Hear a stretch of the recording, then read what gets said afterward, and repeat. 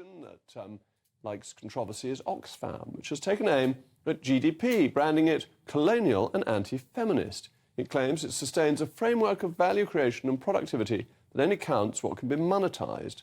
Clue obviously is in the name, but the charity has called for women's domestic work to be valued as an economic metric, though why only women's, I can't think. What about men's domestic work, which is currently invisible? So next time you hear a colleague or friend talk of how they look forward to spending time with their family, be sure to correct them. It is in fact unpaid childcare. Oxfam goes on to claim that market relations are given precedence over family and social relations, individualism over solidarity and interdependence, rational choice over well-being. I mean, if that isn't the most awful bureaucratic garbage, I don't know what is.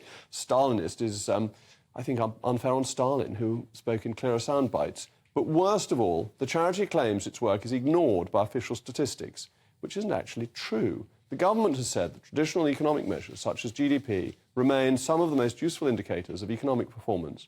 But it recognises there are limitations and said it should not be seen as an all-encompassing measure of welfare.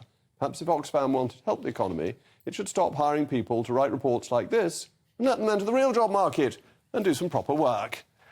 Henry. Well, it's interesting. I did actually read the report before coming on, and it's actually called "Radical Pathways Beyond GDP: Why there is a need to pursue femininity and decolonial alternatives." And so I read this, my sort of headline on this is I read this as Oxfam jumping on the back of recent International Labour Organisation statistics to do some political activism here. And you know, the report is actually factually way off accurate.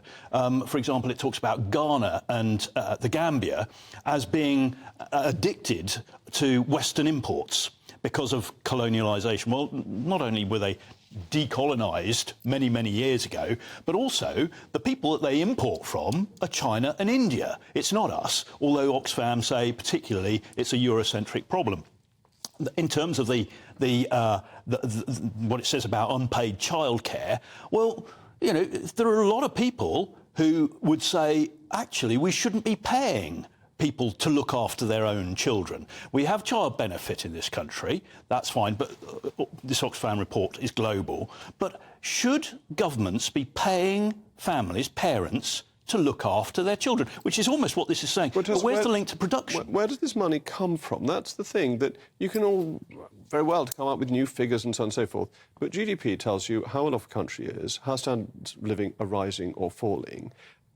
Coming up with new figures doesn't mean anybody's any better off. It's all pretty vacuous, isn't it?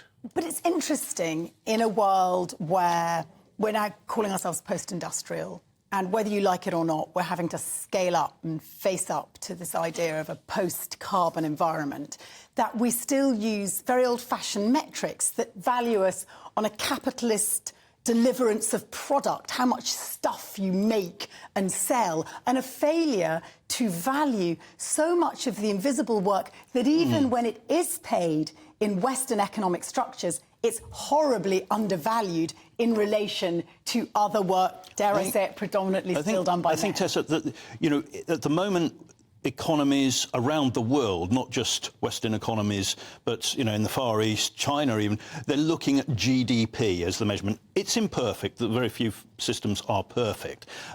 But I think that's the economy. That is about how vibrant the economy is. There is a different point about whether or not the way the economy and a nation or region is governed delivers well-being for the population. And I've said for many years that actually one of the objectives of politics should be to deliver a feeling of confidence, optimism, prosperity and security amongst the population. And that's about well-being, it's about how you feel. But the vibrancy of the economy contributes to that, particularly the prosperity, but it's not only about the figures, it's about how people feel. And I think that is partly what Oxfam get to, but they go way over the top. They make the whole thing ridiculous by coming in with factual inaccuracies, and it's a crusade on decolonialisation. You're both myopically focusing in on the colonial. Actually, as a woman, I immediately jumped on that 65% of the work that women do across the globe, not just Jacob Rees-Mogg's wife, 65% of the work that they do is unpaid.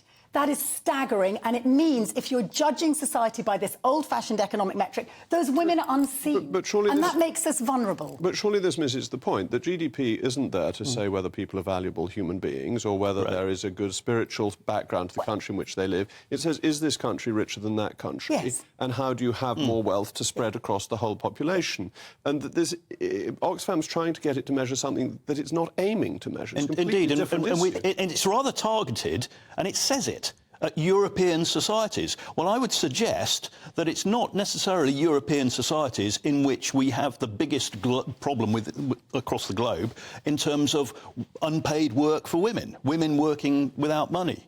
I think there are other societies elsewhere where probably the problem is a great deal greater. So why don't Oxfam direct their attention there? But actually, it's all about ways in which you value work, because the poorer you are as a society, the less able you are then to give money and to free up and to enable women.